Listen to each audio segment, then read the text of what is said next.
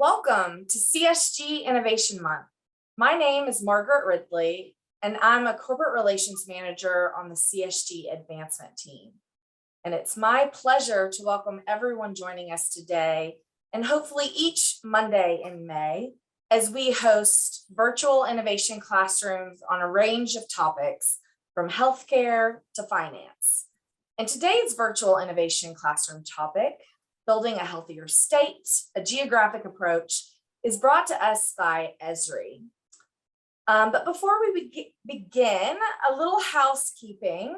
This session is being recorded, and at the conclusion, it will be posted on the CSG website. So if you haven't already, please mute yourself or make sure that you're muted, remute yourself.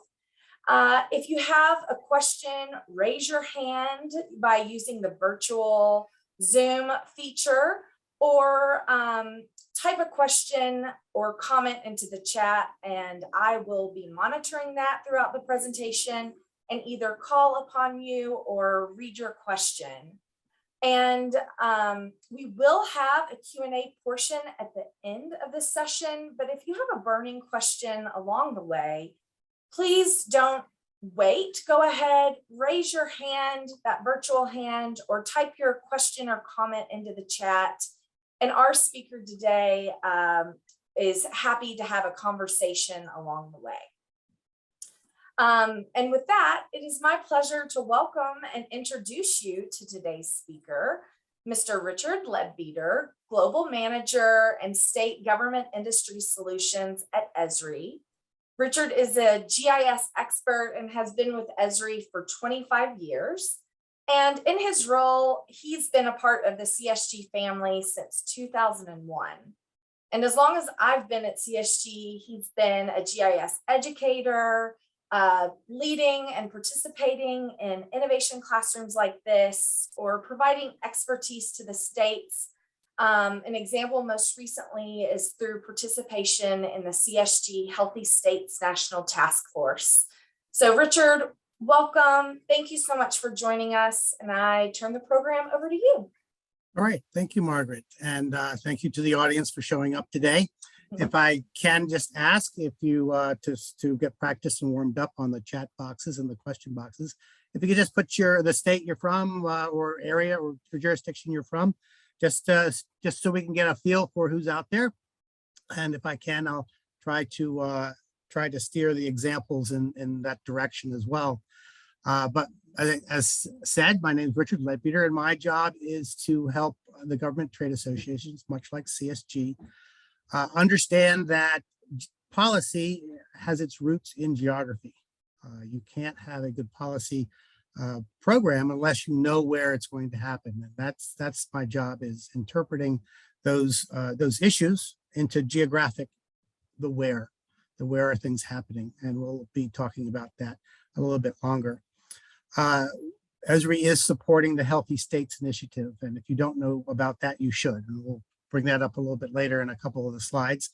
But it's a formal program over the next 2 years to help create a dialogue that's necessary as background reference to your efforts that are going on, see what your peers are doing, compare yourself to your peers and how their actions are going. It'll be a collection of good knowledge to work from. In attending the pre-meetings and the initial meetings of the Healthy States committees and work groups, the number one thing that strikes me, and it strikes me with just about every thing, is the data. Every time the various groups are meeting, fundamentally gets down to where's the data, who has the data, where can we get the data, and I'll be spending much of my time today talking about just that. Let me get my slides going. A little bit about Esri. You may or may not know us. It's often good just to reiterate. So we've been around, and the one number on this slide that's not there that I want you to know is 1969. That's when we were founded.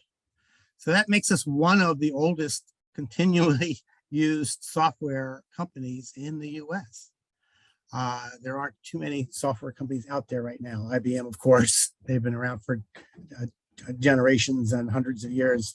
But we've been around since 1968. Government has been our main focus. State governments probably occupy 7 out of our initial 10 clients. So it is an important function of state government, GIS and its capabilities.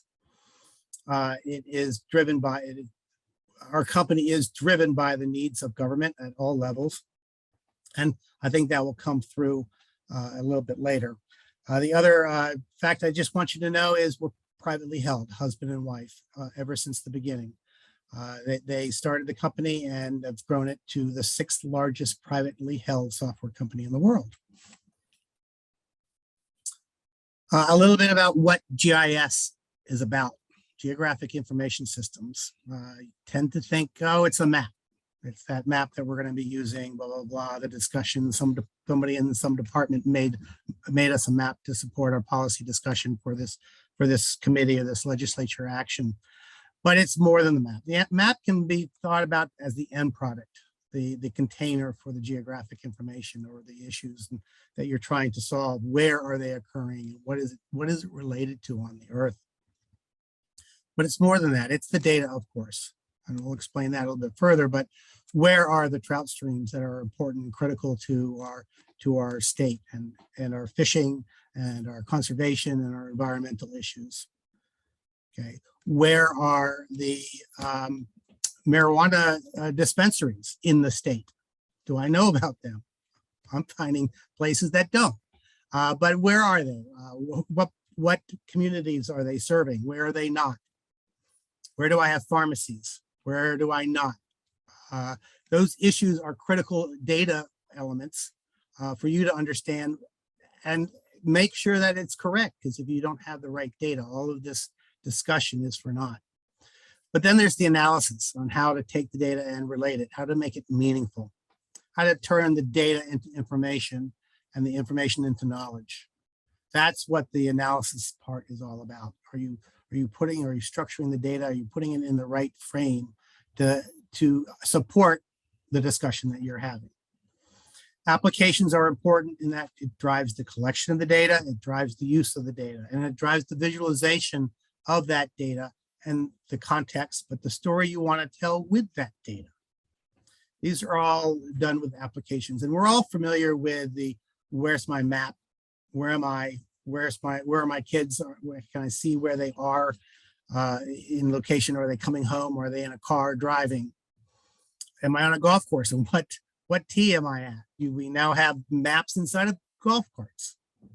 Okay, so all of these maps that you see in applications from the Apple Store, from the grocery store, which one's the closest and which one can deliver the fastest, to where's my mail being delivered and UPS truck, is my package on time. These are all apps that are meant to communicate data. States are no different. You have applications out there saying, where do I go vote? Who are you going to go vote for? Or who are the possible candidates you're going to vote for, I should say. What are the redistricting files looking like? Where are the new legislative districts? How do they relate to the population that's out there? How do they relate to me as the citizen? To be able to communicate those things is fundamental. Okay. Then there's the maps, the containers, whether they're paper or digital. They're an important element to convey the information in the proper context. Data itself can be thought of in 3 different ways. And these aren't futuristic, so I need to put my data into these elements. These happen today. You can look at the state's repositories of data and say, there are systems of records. Where's who owns property? Where are the business licenses? Where are the registered voters? Where are my healthcare facilities? Where are the people that I provide healthcare to? Where are my state employees? Where's the hurricane and its path of destruction coming into my state? Where are the farms that need inspecting? What kind of crops are being grown that I need to report to the Department of Ag? Where are the people I need to count for the census? Where are the people that I need to count for the homeless and point in time counts? Okay, these are all systems of records that you maintain today. Then there are systems of insight.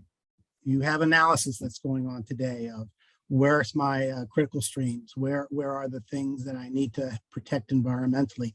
That kind of analysis is being done at the desktop through your operational groups in your departments and executive departments. But it provides you as a legislator the ability to start asking critical questions of the day. And that's what the analysis bucket is all about. It's happening today. Are you engaged in it, or are you just getting the results of that analysis? But then there's systems of engagements, and that has two sides.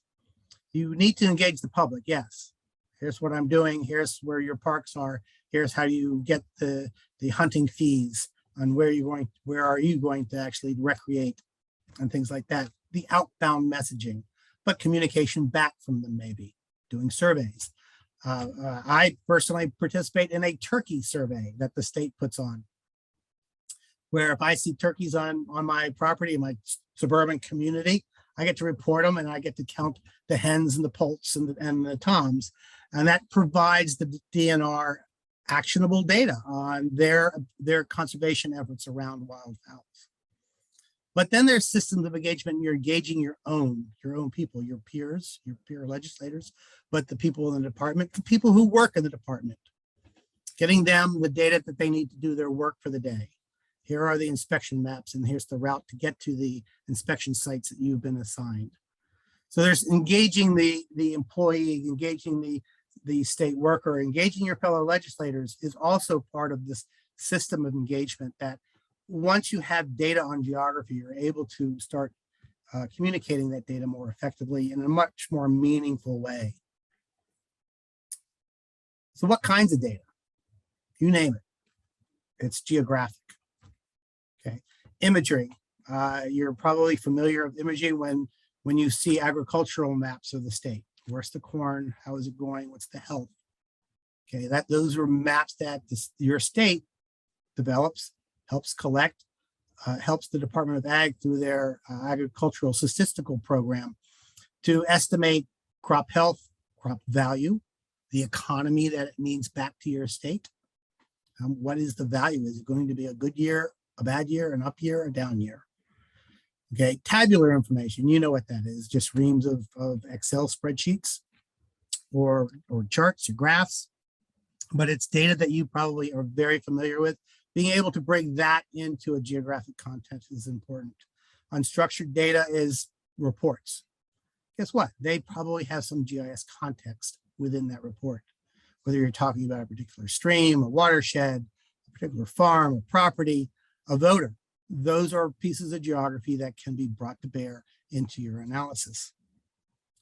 3D and real-time data, big data, those are all buzzwords that you probably hear in the news.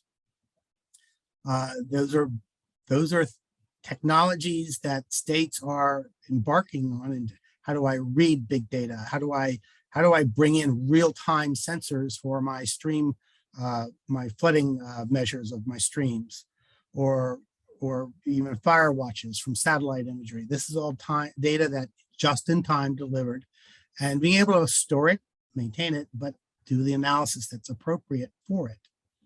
State of California will, through satellite imagery, look at hotspots of fires, add into that the current prevailing winds, and be able to model out where that fire is going to spread or grow. How do I contain it? And that's an example of actual real-time use of data, very actionable. But all important, it's an enabling framework altogether. Getting this data together is very meaningful. Now, if the audience were live, I would ask you all, what is this? Can you identify what this picture, what this image is? And because we're not live, I'll tell you it's Manhattan, the Manhattan area. And what you're looking at, the yellow, the red, the blue are not lines, they're dots. And they're dots of of photos that have been scraped off of the internet or social media, the internet. Okay, so when you take a picture with your phone, there's usually an X and Y. Unless you turn it off, the default is it captures an X and Y, where you are when you took that photo. So searching worldwide social media accounts harvesting off just the point of those photos, we're able to make this map. Okay, now the yellow is Asia, the red is Europe, the blue is North America outside of New York. So, okay, what does this tell me? Well, it tells you where people go. It tells you that maybe people from Europe do not go down to see the Statue of Liberty. A lot of people from Asia go heavily there, but they don't go uptown. They don't see Central Park. So that maybe I need language assistance down in this part of the city, and I need to advertise internationally on these other locations. So all of a sudden, this what seems kind of a far-fetched scraping of internet data, a big data exercise, all of this far-fetched scraping of data is actionable. It's meaningful. New York City was able to readjust their budget for tourism based off of this map. So they're able to stimulate more tourists from parts of the world that were a little bit more detailed than what I'm showing here, but parts of the world where people went or didn't go.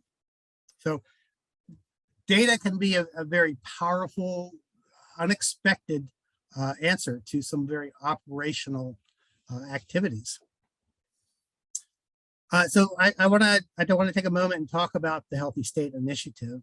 This is the second time we're focused, CSG is focused on healthy states. And it's the second time Esri has been sponsoring of this effort. This effort's a little bit different in that we're looking at health of a state a little bit more holistically. What is the actual health viability of state? Of physical for the people, financial for is our state running properly? Is it economic? Do we have workforce coming up the pipeline to maintain our economy? And what about civic health? Are we engaging? Do people hate us? Do people like us? How do we move the dial so that people at least move in the direction the state wants to go or needs to go? Or at least talk about the area that these need to go. Civic health is a critical factor, I think, in the Healthy State Initiative, in that it's engagement. People are interested. Because we can do all these things, but if they're not engaged, if they're not, the civic health isn't viable enough, that's kind of hard to get past. So as Esri is excited to be part of this task force, we are a lead sponsor for this, and we've been participating in the meetings thus far. So I wanted to promote that, because if you're not in it, you should be. And that's my little segue for CSG and this effort that we're putting some effort into. But to distill that down, you know, is my state resilient from a budgetary point of view? Is it resilient from a ecological point of view? Are my operational functions stable? That's my income. Am I bringing am I creating a strong community? Are they with us or against us? And if they're against us, do they even know why? Okay. So to be able to engage, get content, get feedback from the citizens on a more regular basis is a strong part of what I think the healthy state is all about. But then is my population even healthy?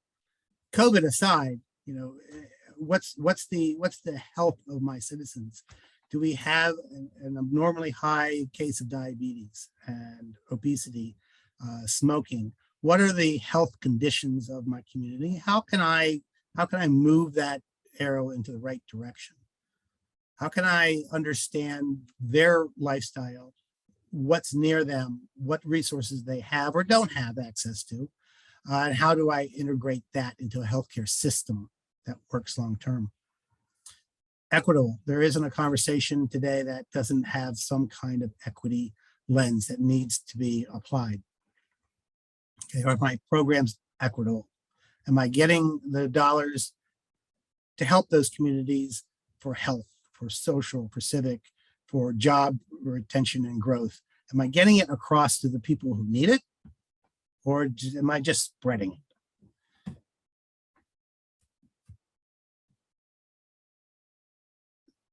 This is a slide that actually I've been using for 10 years, minus the text in yellow.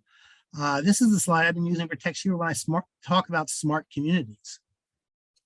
And I found that one of the things that were attracting me so much about CSG's Healthy States initiative, and one of the things that fits perfectly into why I think this is such a valuable exercise is it's the same conversation as smart or healthy or resilient.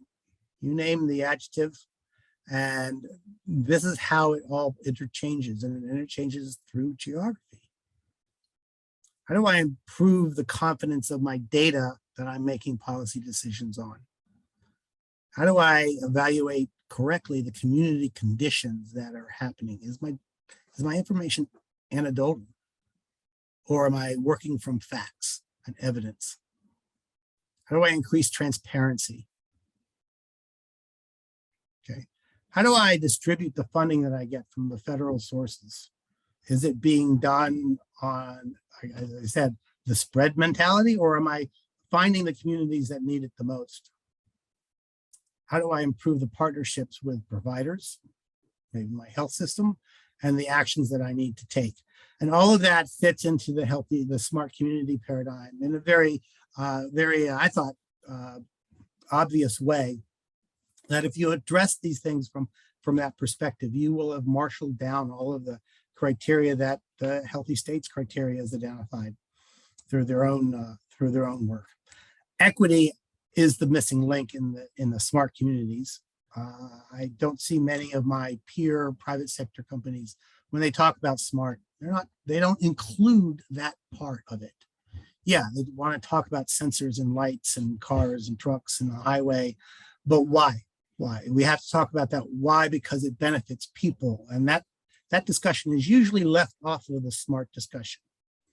I want to bring that up because civic inclusion, civic engagement is a necessary function that I think all of these items that you do, from workforce development to fiscal health to human health, the equity conversation and that engagement conversation is all important. I bring this map up as an example. Okay, April 2020. I was reading an article in the newspaper about kids, or actually it started about librarians finding out that their Wi-Fi usage had skyrocketed as COVID was setting in and quarantines were happening. Their Wi-Fi use inside the library was orders of magnitude higher than it ever was. The thing that worried them was the libraries were closed. So here we had a building that was locked up, but their Wi-Fi was being used in the resounding ways. So this particular article talked about how the librarian called the police, said, "Could you check out the library? I don't know what's going on there. Are people in the building?" Well, what they found was kids with their back up against the wall, tapping into the Wi-Fi of that public building to do their homework. The schools were closing and education was being shifted to the internet, but at home they didn't have quality internet access. So they were actually coming down, sitting with their back up against the wall with their laptop and doing their homework, talking to friends. Parents were sitting in their car in the parking lot, doing their correspondence, applying for assistance, finding out other information, tapping into the news because they didn't have adequate broadband connection at home. So the FCC data is the obvious choice, at least it was back then. We know the warts, and man, there are warts in the FCC broadband data. It's good data down to the block data. It's small. There's only two data sets, the census redistricting data and this, that are delivered at census block level. But it has warts, and we know it has problems. There's good spots, there's bad spots. So as I was reading this article, we started dabbling. We took the FCC data on capacity. Do you have good broadband or bad broadband? Kind of segmented that. And then we brought in a layer of libraries, all libraries for the US. Okay, put them together. Well, then we did a walk time. Who can get to these libraries? Okay, so this at least started making the data a little bit more actionable of where do I go and bootstrap broadband capacity. Well, as you can see from the little library symbols in the map, they're rather small, apologize for that, but you can see that the size varies to big to small. And the green says good broadband access for those especially those dark green areas. And the purple is poor or no broadband access. And you can see intuitively that there are libraries in areas that are purple, which means, oh, those are the ones I should do. But I caution that because we did that walk time to include populations that were around that library. And even though libraries looked like they were in nice broadband covered areas, more people without broadband access lived in those larger dots. So from a very one-dimensional point of view of the data, you'd go for the inner city of the dots that were in the purple.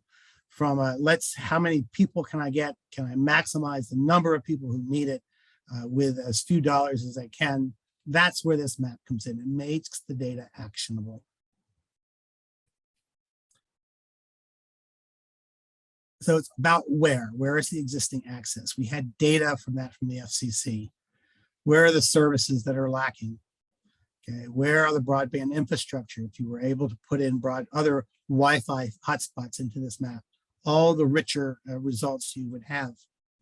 And then where are the students, the teleworkers, the businesses, the residents that can't afford it, the have-nots?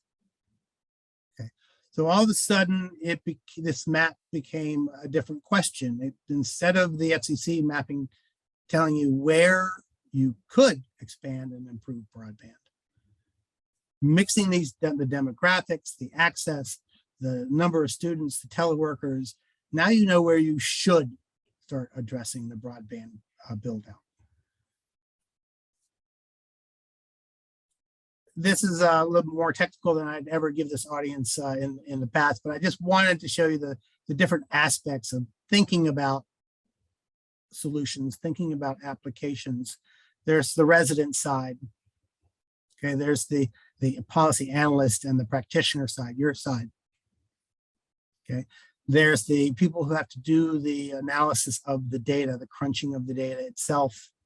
And then there's the state and federal and local government reporting of the data itself as well.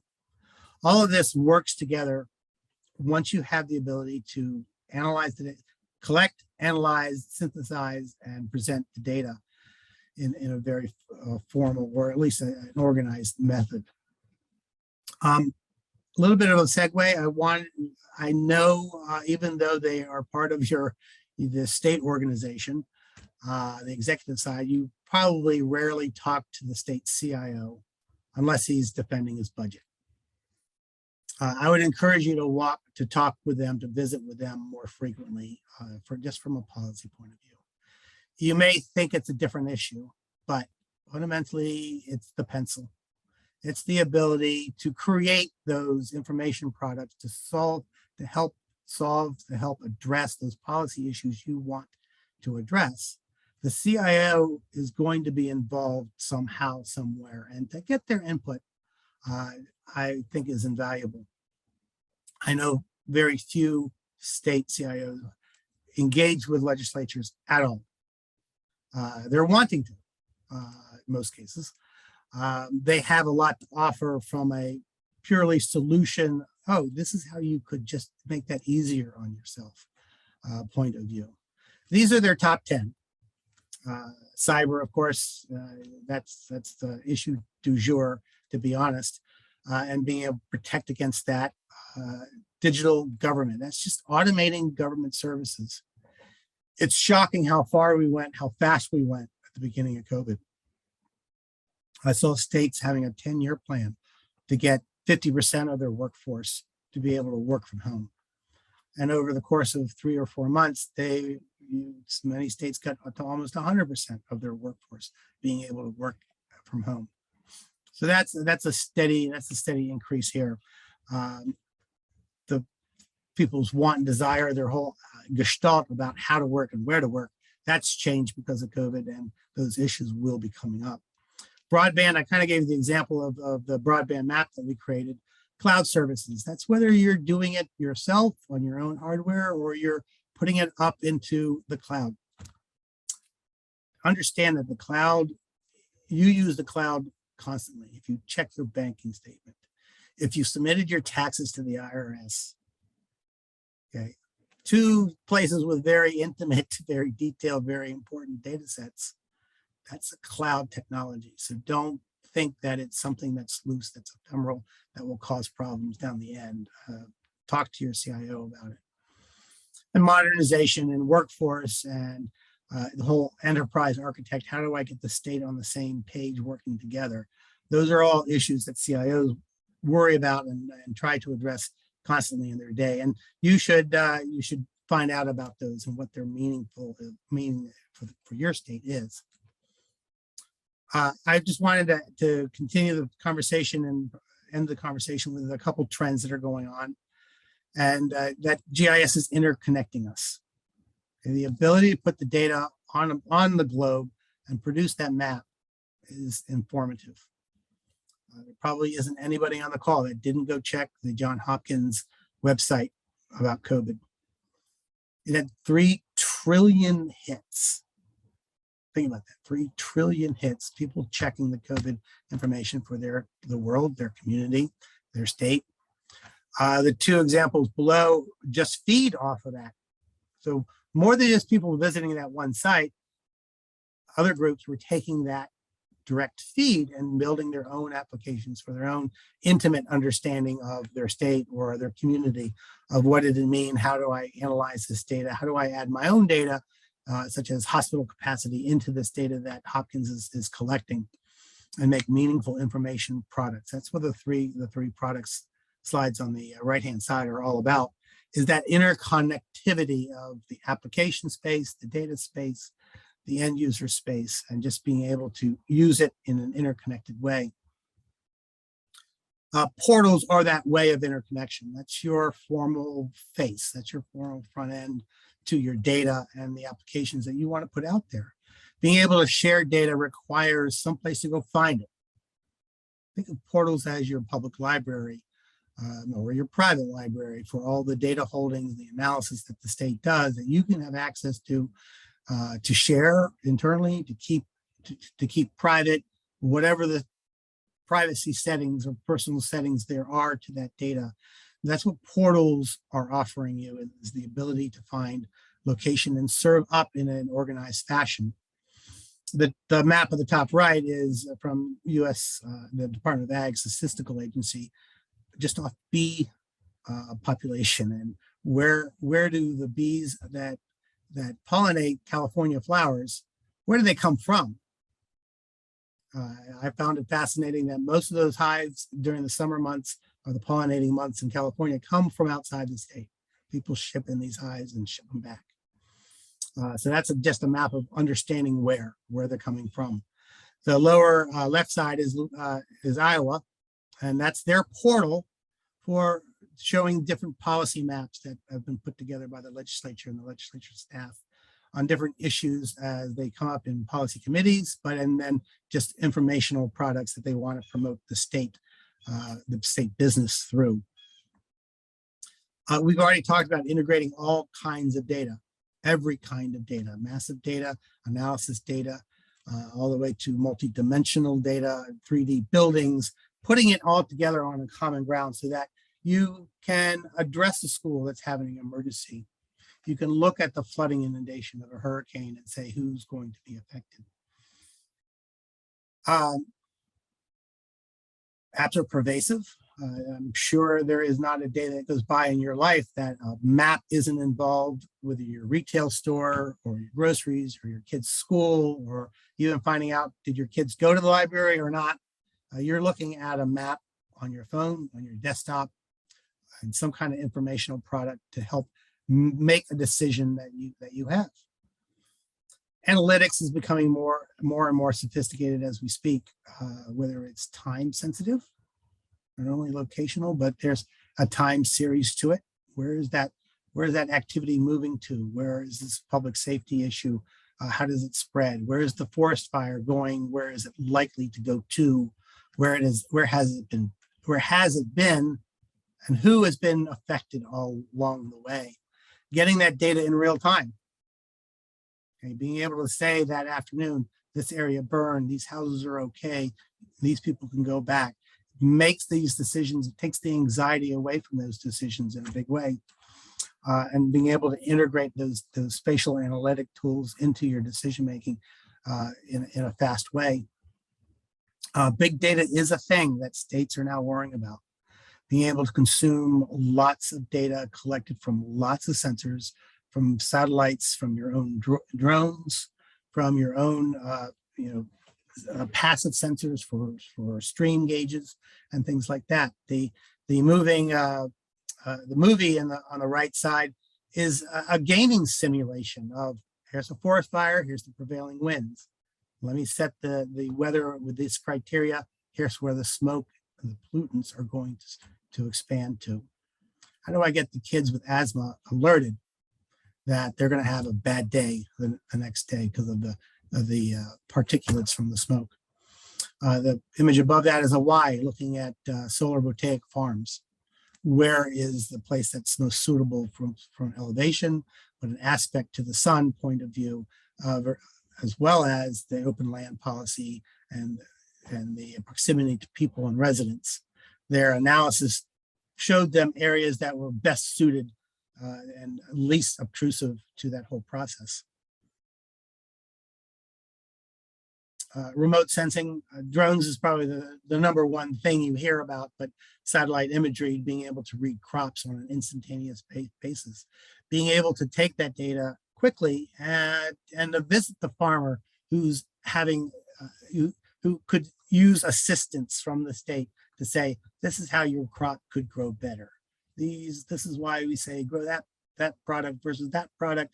These are the kinds of the elements, the kind of decisions you can assist your own farmers with and helping them through the programs that already exist.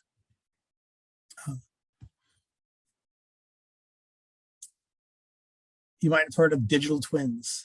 This is how to build models of what you have. Often it's in a physical sense of I have a cityscape or I have a water network and I want to be able to turn off this valve, who's affected? Or I have a break in that valve, who's going to see dirty water, who's not? Where do I have to fix? Where do I have to turn off to start addressing that break? All of that kind of twin mentality of understanding the system from a modeling point of view of if I bend it here, will it break?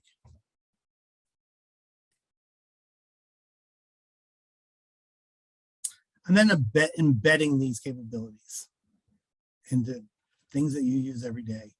There are ways to put maps into Excel spreadsheets. That's an embeddable application that in your spreadsheet, you can have names of donors and we have a dot on the map of who donates to my campaign, who doesn't, who writes me letters. Do they live in the city? Do they live in my district? Do they live in an issue area so that you can better address their correspondence and their interaction with you? And finally, the hubs. I've mentioned hubs, but how else do you engage a community but through, we'll call it a internet library? What kind of library do you want to be able to have that citizens can go in, find the data they need, find the answer they need, look at, understand a policy position that you're proposing, understand the issues that cause that policy, understand the expected benefit, the hoped for benefits of that policy, and be engaged, be there with you.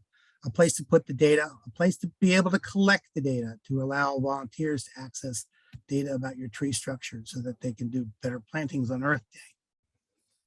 Or just getting information so they can advocate better to the state for their various communities. Again, on the right side is Arizona. I'm using this case as the redistricting example, but they were able to grab all of the data, all of the comments, all of the people who raised their hand to say, I just have a thought, I have a comment, I want to vent.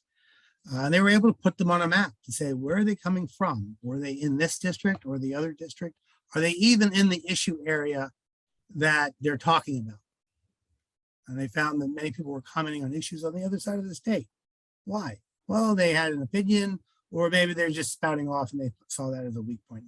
And they were able, the redistricting committee in Arizona was able to evaluate those issues. They just weren't statements that they had to address. They were able to weight them and their importance and engage the public back with those maps, with the scenarios, allow them to be, feel involved in the process and part of the communication chain. So the image below it on the right side is just the portal from the state of Iowa. They do a great job in putting up policy data that makes people interested about their state, helps business figure out, do they want to move to that state?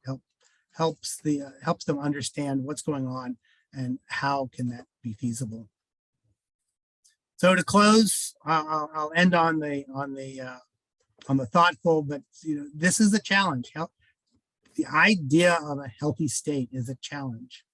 How do I get all of these things aligned so that I have fiscal health and physical health and civic engagement and a viable dialogue with the citizens, pro and con? How do I get all of these loose strings together, bring them together in a practical means so that I can make sure that my policy creates sustainability so that the state's still around, so that the state's still doing good work, that state's doing the right thing for their citizens in the right way, to the right people, to the right time. And that's what collaboration is all about. That's what geography brings, is collaboration. And with that, I will end my points and open up for questions if there are any. Thank you, Richard. Excellent. Yes, please type your questions into the chat or raise your virtual hand. I'm monitoring the chat and the hand raising. But Richard, to get things going, I've got a question for you. You spoke about 10 priorities from state CIOs. If you could focus on one or two of those trends to best address the healthy states agenda, what would you focus on? What they call the digitization of government. And that is making sure the forms aren't paper, always paper. Making sure that not only can you capture them in an efficient way, but in a way that it's shareable. It's one thing to get people's answers into a spreadsheet. It's another to have that spreadsheet feed a database. And it's another to have that database actually be informative so that you can search on it, so that you can relate common thoughts, that's common questions, so that you can collect the points of people reporting, do you have turkeys in your backyard, and making sense. Is my conservation efforts working? Oh, it's not working there. It's working great here. Why? Where it's not working, let me see if I can try a different approach. That's all done today. It's all done 10 years ago through paper.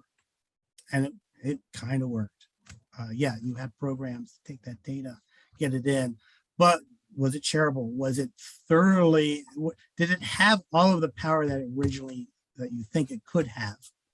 And that's what digitization is about, is getting those systems to work together in a meaningful way, that you capture the data once, that you know the person who's reporting it, and you don't have to re-enter. I don't have to re-enter my name if I'm talking to a different agency or a different part of natural resources. I have a profile that you know I'm the one who talks about this. I'm the one who complains about that. It's a more holistic, more 386 understanding of the data you're collecting, the processes that you're putting your citizens through. So that the whole digitization aside from cyber, that's important. Question them on that, but the whole digitization of the business processes that are going on in your states, there's efficiencies to be had. It's not all fluff that you're throwing money down just to buy a new computer. There are efficiencies to be had by creating these interconnections of the data that you're collecting. Great. Excellent. Again, feel free to post comments in the chat, but I've got another one for you, Richard. At the start of your talk, you spent a lot of time talking about data. You're really focused on data. What are some examples of what we're doing well, and what are some examples that maybe we can improve upon? I'll start with a while ago. You said I worked for Esri for 25 years, and this was in the first few years that I worked for Esri. I was called into a state, and that was the days of mad cow. And they were talking about their data, and they wanted to just put the dot of the farm where the farmer reported mad cow. That was okay. But one of the problems of their data was they only had a PO box for that farmer. They mailed them a letter, they mailed them an assessment, they mailed them the health questionnaire, the ag health questionnaires through that PO box. Well, the PO box didn't tell them where the farm was. The second problem was farms are areas. And just because you have a farm in this city, in that township, and another farm over this city in a different township, didn't mean that their two farms didn't meet. So the whole idea of your data, what decision do you have to make from that data? Mailing address didn't cut it. So they had to start looking at their licensing data for farms that they collected in a much more meaningful way, because they couldn't get the answer they thought was part of, oh, I know where farmers are. We'll just go to the address that we mail things to. That was a mistake. Similarly, I had a state ask me about dental deserts. There had been a recent case of somebody dying of several children dying of tooth infections. They wanted to know where their dentists were. Again, they had mailing addresses for the dental license. They didn't know where the dentist was, but even if they knew where the dentist was, he had 2 or 3 other locations where he has practices, maybe a traveling practice. And so they saw whole swaths of the state that didn't have access within a 2-hour drive of a dentist. So do I bring on hygienists? So that was the whole hygienist discussion, dental licensing, who has permission, how do we solve this issue? Meanwhile, this whole big swath of dentalist desert happened. And again, they didn't know that. And they also didn't know the age. So we started looking up the age of the dentists, and 60% of them were 62 or older, meaning they were probably going to retire at some point. So they had the whole workforce problem that they didn't even think about until they started looking at the data and realized the data was deficient. So there's a whole bunch of data is almost there. Data answers the one question you had 20 years ago when you set up the system. But start looking at your data reporting needs now and saying, can I answer the questions that I have today with the data that I have? Check that. And addresses are important elements to your citizens, to your businesses. Where do I collect cigarette taxes from? What locations? Are they where I need to do my anti-smoking campaigns? Yeah, that's where you need to go. But rather than spread it across the state and dilute those dollars for your anti-smoking, focus on those areas where people buy the cigarettes. Where are you doing it well? I have to say, in this past year, I've learned a lot about the Department of Ag and the ag statistical programs and what states do, what the feds do. Great example. They're collecting data, they're collecting satellite data, they're collecting ground truth data, they're getting data from the farmers themselves. Some of this data even goes and feeds directly into their combine. That's a pretty neat data cycle. It's rather sophisticated. It's important because so much of state economies are from ag, but we don't think about that. That if we can improve some of these economies, like our crop production, our orange production, keep the bed flies away from all of these spatial issues of where the crops grow and where they don't. if we can improve those processes, all the better for the income we're getting out of our ag department. The Defense Department has a lot of ag dollars that they flow through the ag department because they want to keep their bases safe. They don't want suburban neighborhoods growing up against airports and where they're going to fly jets. They want to keep their training paths for their jet fighters open and clear. They'd rather fly over cows than homes. And engaging the military community in your states is a neat process because they're motivated to help you help them keep their bases, buffered so that you don't intrude on each other. Any other hands raised? We have a question here from Kirk Fulford. How do you ensure the quality of the data to make sure you capture the right information? Yeah, it's never done well. But then again, don't let good be the enemy of evil. I mean, don't let perfect be the enemy of good. Ask yourself the questions of what you need answered. Extend that. Do I need these many answers for that report? But what kind of other information do I need that could benefit the process? So take the time, get your executive staff to start thinking through their data repositories and saying, is this the data I need to answer the next decade's question of where are my facilities? Where are they in relationship to the natural disasters that occur in my state? Am I overexposed? Do I need to put them in other places? Do I need to have backup of my various things in case one gets inundated? Lowe's hardware store does a great job of knowing where their stores are, knowing where the employees of each store live. So when the hurricane rolls through Louisiana, they know what stores could be open and which stores are broken. And they know what employees are temporarily out of a job, which ones could be reassigned to stores that are open because they'll have even higher influx of customers. But where do I need to send the generators? Where do I need to send the plywood and the lumber?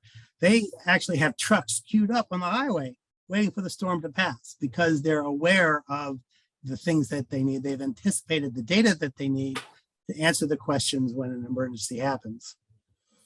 So take that mentality of your data. What data do I need if there is a hurricane? What data do I need to help me better communicate and build community during a forest fire? Those kinds of questions. Do that exercise of getting your executive staff to walk through the data they currently have and how can they bring it all together. Great, thank you. We've got about 5 minutes left. I've got one more question left for you, Richard.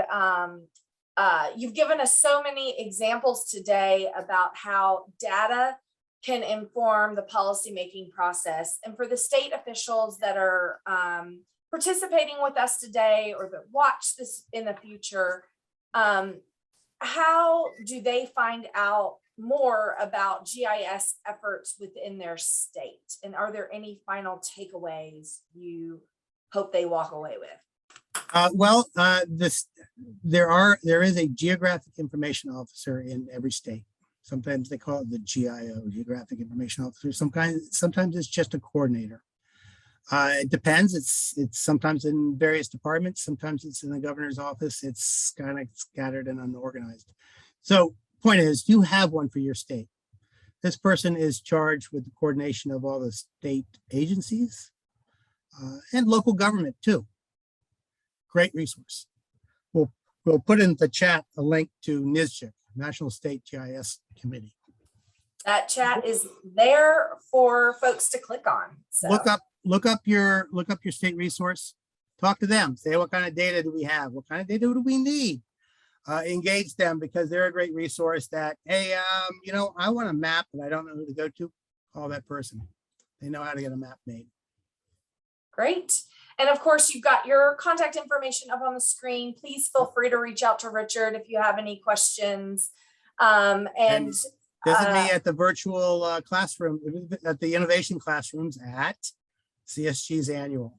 Yes, in Hawaii, Richard will be presenting an innovation classroom in person, in addition to the virtual one he's presented today. But Richard, thank you so much for joining us. Always a pleasure. I learned something every time. And just a reminder to everyone that participated in the coming days, this session will be posted. We've recorded it, and you'll find it on the registration website where you were today, where you registered to join us today. And we'll be putting that link in the chat so that you can find this recording and share it with your colleagues, or join us for another CSG Innovation Classroom during Innovation Month. We have at least one session every Monday, and the one we'll have next Monday at 2 p.m. Is what is a biosimilar, and it's a timely topic. The session will give a 101 for state officials on biosimilars and how they have the opportunity to transform the healthcare system in the coming years. So please join us. And again, thank you so much for your time today, and we'll see you next week. All right. Thanks, Richard. Bye. Bye.